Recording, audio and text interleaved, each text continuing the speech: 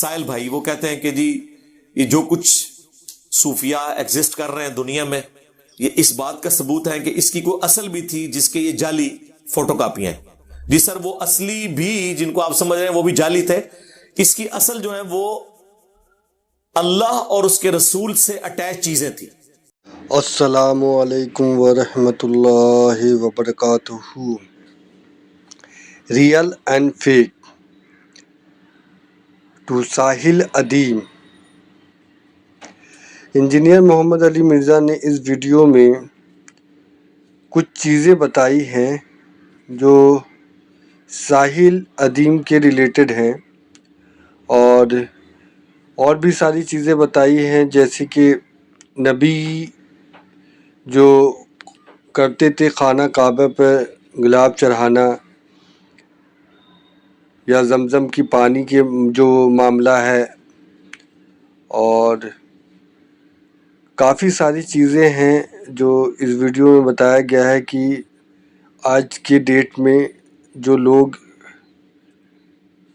قبر پر چادر پوشی کرتے ہیں اور بہت ساری چیزیں جو ہے قبر پر ہوتی ہیں آج کے ڈیٹ میں، جو اللہ معاف کرے ہم سب کو اس چیز سے جس چیز سے اللہ نے ہم سب کو منع کیا ہے. اور اللہ سے ہم یہی دعا کرتے ہیں کہ اللہ ہم سب کو ہدایت دے اور صحیح راستے پر چلنے کی توفیق عطا فرمائے. آمین ثم آمین. غلاف کعبہ چڑھایا جاتا تھا نا، انہوں نے قبروں کے اوپر غلاف چڑھانے شروع کر دیے. وہاں پہ اللہ نے زمزم رکھا تھا نا، ایک نبی کی نشانی اسماعیل علیہ السلام کی، یہاں انہوں نے اپنے یہاں پہ چشمے جاری کر لیے. وہاں پہ خانہ کعبہ کو غسل دیا جاتا تھا، انہوں نے قبروں کو غسل دینے شروع کر دیے. تو اس کی اصل یہ تھی کہ انہوں نے نبیوں کو ریپلیس کروایا ہے اپنے بابوں کے ذریعے، یہ اس کی اصل تھی. باقی تو جس طریقے سے ہم نے پرانوں کے بھی سارے جتنے کچے چٹھے تھے ان کے کھولے ہیں الحمدللہ، ایکسپوز کیا، اس کے بعد تو کوئی گنجائش نہیں رہتی. تو مزارات والا معاملہ یہ تو نبی الاسلام کی نافرمانی پہ بنے ہوئے. سنن ابی داؤد میں حدیث ہے، ایک صحابی نے منت مانی تھی کہ مقام بوانا پہ میں اونٹ قربان کروں گا، ایک روایت میں 100 اونٹ. نبی الاسلام نے ان سے پوچھا کیا وہاں زمانہ جاہلیت میں کسی بت کی پرستش تو نہیں ہوتی تھی؟ ان کا نہیں یا رسول اللہ. دوسرا پوچھا وہاں زمانے جاہلیت میں کوئی میلہ تو نہیں لگتا تھا؟ کہا نہیں یا رسول اللہ. تو پھر آپ نے فرمایا اپنی منت پوری کرو. اور پھر نبی الاسلام نے ساتھ فرمایا کہ جس منت کی استطاعت نہ ہو وہ منت بھی پوری نہ کرو، اور جو منت نافرمانی میں ہے وہ منت بھی پوری نہ کرو. یعنی زمانے جاہلیت میں بھی اگر کوئی غلط ایکٹیویٹیز ہو رہی تھیں اب ختم ہو چکی ہیں، تب بھی حضور نے اجازت نہیں دی ہے کہ وہاں پہ کوئی کام ہو. یہ نہ ہو کہ کل کو کوئی کہے جی شاہ اور دی یاد تازہ ہو رہی ہے، اللہ بخشے شاہ اور دی یاد تازہ ہو رہی ہے. تو مزارات پہ تو ریئل ٹائم یہ سب کچھ ہو رہا ہے. جی اللہ کے نام کہتے ہو، اللہ کے نام کا وہاں دینے کی کیا ضرورت ہے؟ عام شہر میں بانٹے آپ. تو مزارات رسول اللہ کی مخالفت میں ہے، جو صحیح مسلم میں حدیث میں تمہیں منع کرتا ہوں قبروں کو پکا کرنے سے، قبروں پر عمارتیں بنانے سے، اور قبروں پر بیٹھنے سے. ڈائریکٹ بیٹھنا بھی منع اور مجاور بن کے بیٹھنا بھی منع. یہ ہے اصل ایشو کہ ہم مزارات کے کیوں خلاف. آپ قبروں پہ جائیں، صحیح مسلم کی حدیث ہے قبروں پہ جاؤ. میں تمہیں پہلے منع کرتا تھا، اب میں تمہیں حکم دیتا ہوں کہ قبروں پہ جاؤ، کیونکہ قبروں پہ جانے سے آخرت کی یاد آتی ہے. یعنی انسان آخرت اورینٹڈ ہوتا ہے. یعنی کہ کچھ عرصہ پہلے یہ لوگ دنیا میں تھے اور آج قبروں میں پڑے، اس سے آپ عبرت حاصل کریں. اور آپ کے بزرگان دین انورٹڈ کامہ میں ان کی قبروں پہ جائیں، کسی کی عزت لوٹ جاتی ہے، کسی کی جیب کٹ جاتی ہے، اور بہترین چرس، افیون اور نشاور چیزیں وہاں پہ بکتی ہیں. ظاہر ہے بزرگوں کی ڈیوٹی ہے نا، تو وہ ڈیوٹی پوری کر رہے ہیں. یہ کہتے ہیں نہیں پاکستان کے فلاں فلاں علاقے میں فلاں فلاں بزرگ کی ڈیوٹی ہے، چنگی ڈیوٹی پوری کی تھی ہے، اپنے مزار پہ بھی ڈیوٹی نہیں پوری ہو سک رہی. جب یہ بات کریں کہتے ہیں جی وہ کعبے بھی کرنٹ کی سی، تو سرکار کعبے کی گارنٹی اللہ نے لی نہیں ہے. ابراہ کا لشکر ایک دفعہ تباہ ہوا، اس کے بعد یزید کے دور میں چڑھائی ہوئی ہے، غلاف کعبہ بھی جل گیا، خانہ کعبے کی دیوار ڈیمیج ہوئی، کوئی حفاظت نہیں ہوئی. حجاج ابن یوسف کے دور میں، اور بخاری مسلم میں حدیث ہے قرب قیامت میں ایک پتلی ٹانگوں والا حبشی کعبے کی اینٹ سے اینٹ بجا دے گا. کعبے کی گارنٹی کہاں لی ہوئی ہے؟ آپ کے بزرگوں نے تو شہروں کی گارنٹیاں لی ہوئی ہیں نا, آئے ہو نا داڑھ تلے. تو جو اپنے مزارات کی ڈیوٹی نہیں پوری کر سک رہے, ہمیں ان کے ساتھ اختلاف ہے. اور پھر کلیم یہ ہے کہ جناب ڈیوٹیاں سنبھالیاں نے, کھیت ہے مٹی, ڈیوٹیاں سنبھالیاں نے, جی نگاہ مار کے کر دینا. اور سرکار چھڑ دو, نگاہ مارو اور یوٹیوب سے نبی علیہ السلام کے خلاف گستاخانہ ویڈیوز ڈیلیٹ کرواؤ نا. نہیں تو ساڑھے بابا جی کہتے سن امت مر جائے کہ نبی دی گستاخیاں ہو رہی نے اور امت کچھ کر نہیں رہی. تو ہم نے کہا تھا بابا جی پہلے امت نہ مرے, پہلے وہ بابے مرن جنہوں نے ڈیوٹیاں نے. جہاں یوٹیوب کی ہارڈ ڈسک رکھی ہوئی ہے امریکہ میں, وہ بابا لبو کتنے جے؟ ہاں اس سے ہوتے پہلے 295 سیل وائی ہے نا کہ تو کیڑی ڈیوٹی پوری کیتی ہے بھائی. چلو ہم تو کچھ کر بھی نہیں سکتے نا نگاہ مار کے, یہ تو کر سکتے تھے نا. اور نہیں وہ بس حکم ربی. اچھا حکم ربی یہ ہے کہ گستاخیاں ہون, بھائی امت کی ڈیوٹی ہے, اور امت میں سب سے زیادہ ڈیوٹی بابے کی ہے. لیڈر کی پہلی ڈیوٹی ہوتی ہے نا. غوث کتب ابدال یہ صرف چسکے لینے کے لیے نام رکھے ہوئے, کرن نہ ڈیوٹیاں پوری. اللہ نے امت پہ چھوڑا ہوا ہے. ہاں اللہ کوئی انٹروین نہیں کرے گا, یہ آپ ذہن میں رکھیے گا, وہ امت کے کرنے کا کام ہے. اب تو خیر میں نے رجوع کر لیا اس پہ بھی کہ ٹھیک ہے آپ مزار پہ جا سکتے ہیں, ایک شرط کے ساتھ. وہ آپ نے بلند آواز سے کہنا کہ اے اللہ یہاں جو بابا جی دفن ہے, انہوں نے جو چھپ کے گناہ کیے اپنی زندگی میں, جو سامنے کیے, جو چھوٹے کیے, جو بڑے کیے, اے اللہ وہ بخش دے. اور پھر اونچی آواز سے آپ نے آمین کہنا ہے, اور یہاں ہم آپ کا غیبانہ نماز جنازہ پڑھ لیں گے. نہیں ان کو دعاؤں کی ضرورت نہیں ہے, انہوں نے گناہ نہیں کیے ہوں گے. عام قبرستان میں بھی دعا پڑھتے ہیں نا, السلام علیکم اہل الدیار من المؤمنین والمسلمین, صحیح مسلم میں آیا ہے. تو سارے مومنین مسلمین کے لیے دعا نہیں کرنی. قرآن میں حکم ہے ربنا اغفر لنا ولاخواننا الذین سبقونا بالایمان. اہل ایمان کی نشانی ہے کہ وہ اپنے سے پہلے مرے ہوئے لوگوں کے لیے دعا کرتے ہیں, تو کریں نا.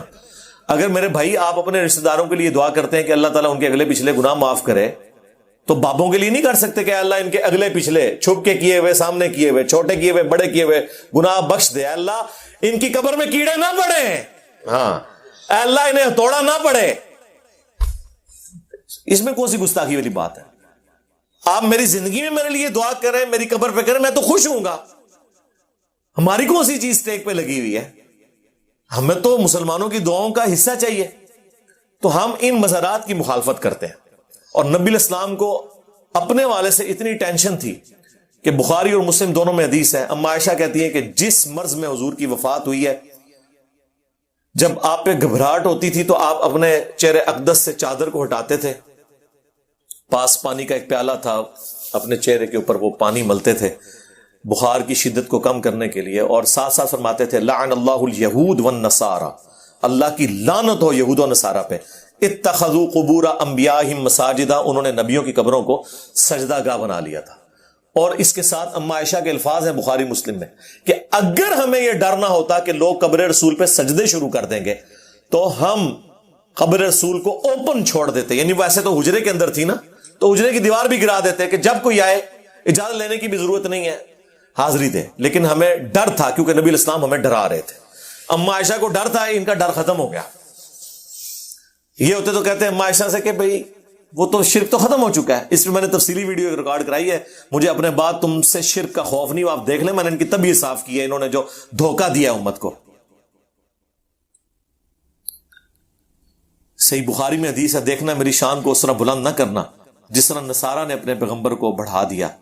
میں اللہ کا بندہ اور اس کا رسول ہوں, مجھے اللہ کا بندہ اور اس کا رسول کہنا. تو نبی علیہ السلام کو ٹینشن تو تھی اس چیز کی کہ یہ کام نہ ڈال جائے. مسند احمد میں حدیث ہے, مشکات میں موجود ہے, نبی علیہ السلام دعا کرتے تھے اللہم لا تجعل قبری وثنا یعبد, اے اللہ میری قبر کو وہ بت نہ بننے دینا کہ جس کی لوگ پوجا کریں. بت کا لفظ قبر مبارک کے لیے استعمال کیا. بھئی جس کی بھی پرستش ہوگی وہ بت ہے, اس میں اس کا کوئی قصور نہیں. جس طرح عیسیٰ ابن مریم کا تو کوئی قصور نہیں ہے, لیکن جب ہم ڈسکس کرتے ہیں تو اس حوالے سے تو چیزیں تو ڈسکس ہوں گی. پھر بخاری اور مسلم دونوں میں حدیث ہے, نبی علیہ السلام کی بیماری کے دن چل رہے تھے. اما عائشہ کہتی ہیں کہ حضور کی 2 بیویاں آپ کے پاس بیٹھی ہوئی, ام سلمہ اور ام حبیبہ, جو ہجرت حبشہ میں شامل تھی. انہوں نے نبی علیہ السلام کے سامنے آپس میں گفتگو کرتے ہوئے کہا کہ جب ہم لوگ حبشہ گئے تھے, ہم نے ماریا نام کا ایک گرجا وہاں دیکھا تھا, اور وہاں پہ تصویریں لٹکی ہوئی تھی. تو حضور اس تکلیف میں بھی اتنے اٹینٹو ہوئے. آپ نے فرمایا یہی تو ان کی خرابی تھی, جب ان میں سے کوئی شخص جو نیک ہوتا تھا فوت ہو جاتا تھا, اس کی قبر کے اوپر وہ تصویریں اس کی لٹکا دیتے تھے, پھر وہاں پہ سجدے شروع کر دیتے تھے. قیامت کے دن یہ لوگ بدترین مخلوق بنا کر اٹھائے جائیں گے جو نیک بندوں کی قبروں کے اوپر سجدے کرتے تھے اور تصویریں لٹکاتے تھے. مسلم شریف میں حدیث ہے, جندب رضی اللہ تعالیٰ عنہ کہتے ہیں کہ نبی علیہ السلام نے اپنی وفات سے 5 دن پہلے ہمیں فرمایا کہ دیکھنا خبردار, اگلے لوگوں میں سے اگر کوئی نبی یا نیک بندہ فوت ہو جاتا تھا تو اس کی قبر پہ وہ سجدے شروع کر دیتے تھے, اسے مسجد بنا لیتے تھے. تم نے یہ کام میرے ساتھ نہیں کرنا. نبی علیہ السلام تو اتنی اس حوالے سے امت کو آگاہی دیں, اور امت جو ہے وہ مطلب یہاں مزاروں کو لے کے بیٹھی ہوئی ہے اور پورا دین اس کے اندر گھساڑا ہوا ہے. اللہ سے ڈر جائیں, اور اگر کسی کے دماغ میں کوئی فطور ہے تو وہ نکال دے. میرے بھائی یہ بڑا سینسٹیو ایشو ہے. لوگ بات تو کر دیتے ہیں کہ جناب یہ لوگ مزاروں کے خلاف بولتے ہیں, بھائی ہمارا کیا لینا دینا ان کے ساتھ. ٹھیک ہے آپ لوگوں نے خود جہنم کے لیے کوئی راستہ اختیار کرنا تو آپ کریں, لیکن ہم آپ کو اس شخص کی تعلیمات بتا رہے ہیں جس کی قبر مدینے میں ہے صلی اللہ علیہ وآلہ وسلم, اور یہ آپ کو اپنے اپنے بابوں کی تعلیمات سکھا رہے ہیں. انہوں نے آواز لگائی مکے مدینے کی, لیکن سواریاں اتاری بریلی میں, دیوبند میں, اجمیر میں, بغداد میں. کتنا بڑا دھوکہ دیا انہوں نے. رسول اللہ کے نام پہ عزتیں ویل کی ہیں, چندے اکٹھے کیے ہیں, اور دین آپ کو اپنے بابوں کا بتایا. اور جو کوئی شخص جو ہے وہ یعنی انہیں جوڑتا ہے اور کہتا ہے کہ نبی علیہ السلام کی تعلیمات کی طرف آؤ, یہ کہہ کہ نبی کے جیسا ہے ہی کوئی نہیں, بابے تھے شے ہی کوئی نہیں, اسے کہتے ہیں بابوں کی گستاخی کر رہا ہے. گستاخی تو ان بابوں نے کی ہے جنہوں نے نبی علیہ السلام کے ساتھ جھوٹے عقائد منسوب کیے ہیں اور آپ کو اس طرف لگا دیا. اب یہ باتیں ہم اس لیے کرتے ہیں تاکہ آپ لوگوں کے دماغ کھلیں. ویسے تو اب دماغ کیا کھلے ہیں, ان کے بند بھی کھل گئے ہیں. دیوبند کے بند ٹوٹ گئے, بریلویوں کے بند ٹوٹ گئے, اللہ کا شکر ہے. اس لیے آپ کو ان کا غصہ اتنا نظر آتا ہے کہ انہیں پتہ چل گیا کہ ہماری جو چوری ہے وہ پکڑی گئی ہے, اس لیے آپ ان کی چیخیں دیکھیں آسمانوں تک پہنچ رہی ہیں. تو الحمدللہ اللہ کا شکر ہے کہ اس پلیٹ فارم سے نبی علیہ السلام کی مبارک دعوت لوگوں میں بیان ہو رہی ہے, اور ہمیں کوئی تردد نہیں اس بات میں. آپ کو پتا ہے 10 محرم آئی تھی, ہم نے شب عاشور میں پروگرام کیا, اس سے پہلے کہ لوگ اہل البیت کے نام پہ آپ کو بدعت سکھائیں, شرکی ایکٹیویٹی سکھائیں, ہم کیوں نہ آپ کو سکھا دیں. اب ہم نے لائیو جو ہے نا وہ شب میلاد بھی رکھی ہوئی ہے 11 اور 12 ربیع الاول کی درمیانی رات انشاءاللہ شاہد اور بلال کے چینل کے اوپر 8:30 سے لے کے آلموسٹ 10 بجے تک انشاءاللہ.